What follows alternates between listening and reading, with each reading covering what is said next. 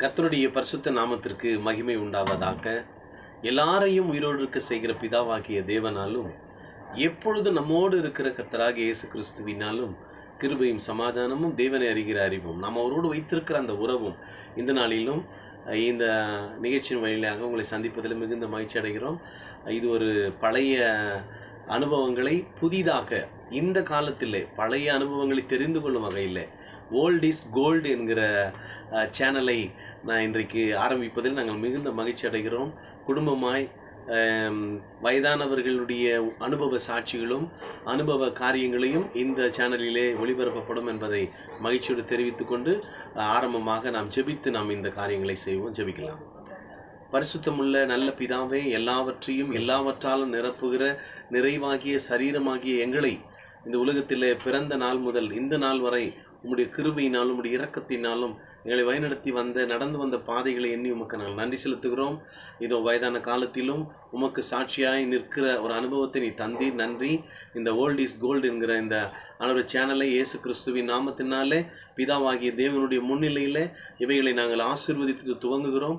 தேவரீர் எங்களோடு கூட பயணிக்க உம்முடைய ஞானத்தினால உம்முடைய கிருபையினாலும் இந்த காரியங்கள் தொடர்ந்து நடைபெற தடைகள் இல்லாமல் அநேகருக்கு இவை போய் சேரும்படியாக அநேகருடைய மனதை மாற்ற தேவ ராஜ்யத்துக்கு தகுதிப்படுத்த உண்மையான உயிருள்ள சாட்சியை நிறுத்துவீராக. தகப்பனாரின் கரங்களில் நாங்கள் கொடுக்கிறோம். தேவரீர் அவர் இந்த வயதான காலத்திலே தன்னுடைய அனுபவ சாட்சிகள் மூலமாகவும் அவருடைய இசையின் மூலமாகவும் பாடல் மூலமாகவும் வார்த்தையின் மூலமாக எங்கள் மத்தியிலே சாட்சியை வைத்திருக்கிறீர். தொடர்ந்து இந்த நாள் ஆரம்பிக்கிற இந்த நிகழ்வு தொடர்ந்து ஆண்டவரை உம்முடைய கிருபையால் தொடரட்டும். இயேசு கிறிஸ்துவின் நாமத்தில் ஆசீர்வதித்து ஜெபிக்கிறோம் ஜீவனுள்ள நல்ல பிதாவே, ஆமென். பேசுங்க.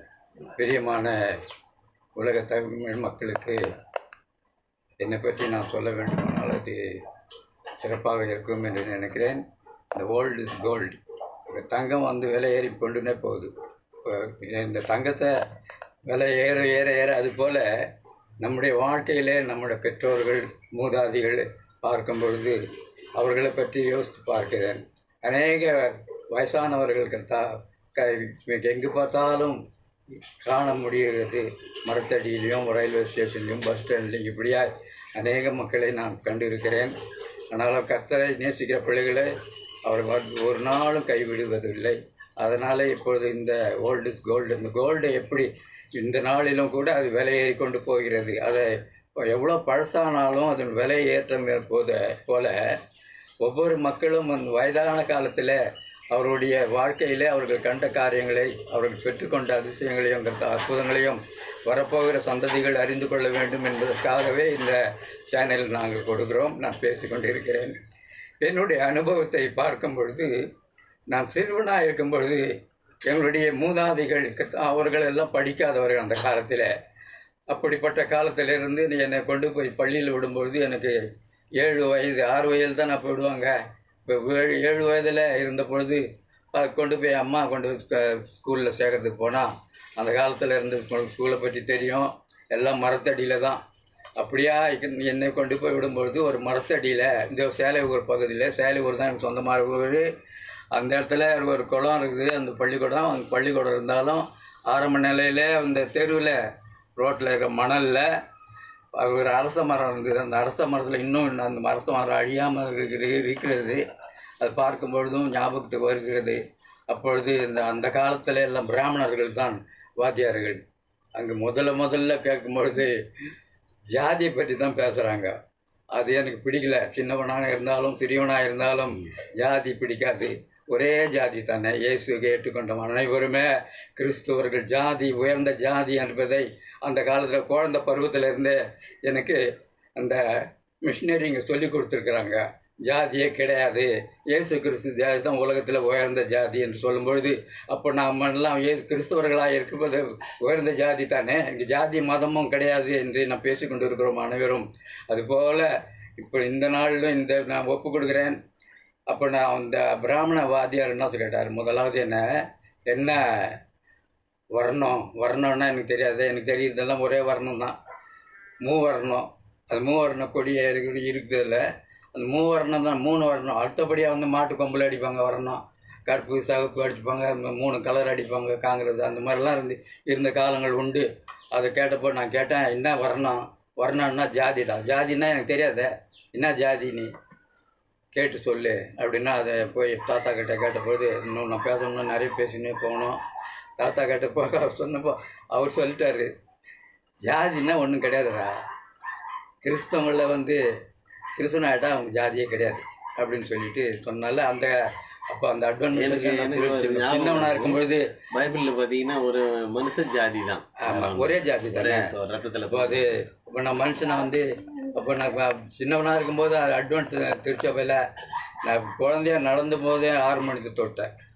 எப்போ ஹார்மோனியம் வாசிப்பார்.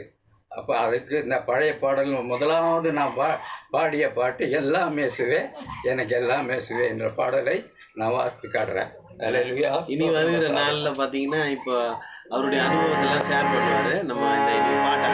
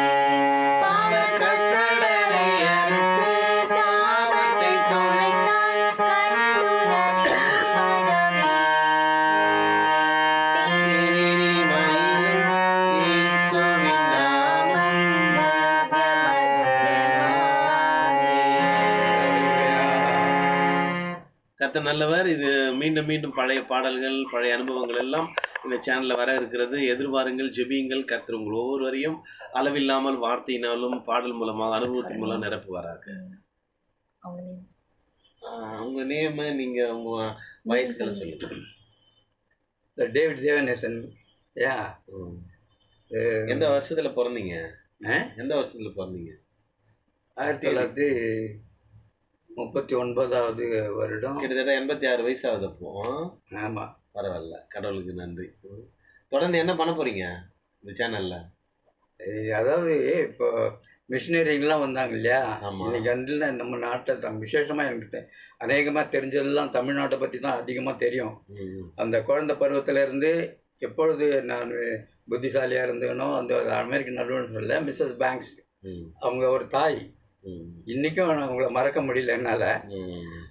அவங்க சொல்லி கொடுத்த அநேக காரியங்கள் உண்டு எனக்கு. என்னன்னு சொன்னால், ஏதாவது ஒன்று சொல்லுங்கள். வில்லேஜ் மினிஸ்ட்ரி, வயசானவங்களுக்கு இல்லை சின்ன பிள்ளைங்கள்லேருந்து பழைய கிராமங்களில் இப்போ ஊழியம் செஞ்சுருக்கோம். அப்போ வந்து 12 வயசு வரலாம் அவங்க கூட தான் நான் ட்ராவல் பண்ணியிருக்கிறேன். அப்போ அநேக காரியங்களை கற்றுக்கொண்டேன். அதுபோல் வந்து விழுப்புரம் பகுதியில் போய் அந்த ஊழியத்தை செய்யும்படியாக கர்த்தர் எனக்கு கிருபை செய்தார்.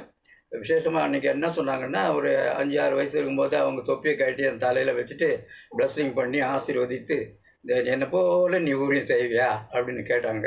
ஆமாம்மா, நான் உங்களுக்கு செய்வேன், கண்டிப்பாக செய்வேன். வில்லேஜ் மினிஸ்ட்ரி எனக்கு நீங்கள் என்ன பண்ணுறீங்களோ அதெல்லாம் அவங்கக்கிட்ட கற்றுக்கின அநேக காரியங்கள் உண்டு. அது வந்து இப்பொழுது நான் இந்த வயசுலும் அது செஞ்சு முடிச்சுட்டு வந்துட்டேன் விழுப்புரம் பகுதியில். அது அநேகருக்கு தெரியும். தொடர்ந்து செய்ய வேண்டுமா, கர்த்தர் என்னை ஆசீர்வதித்து இன்னும் பலனை கொடுக்க வேண்டுமா, கர்த்தராக இயேசு கிறிஸ்து மூலம் வேண்டுகிறேன் ஜீவனுள்ள நல்ல பிதாவே. ஆமென். Bless you all. Have a great day. Thank you. Bye.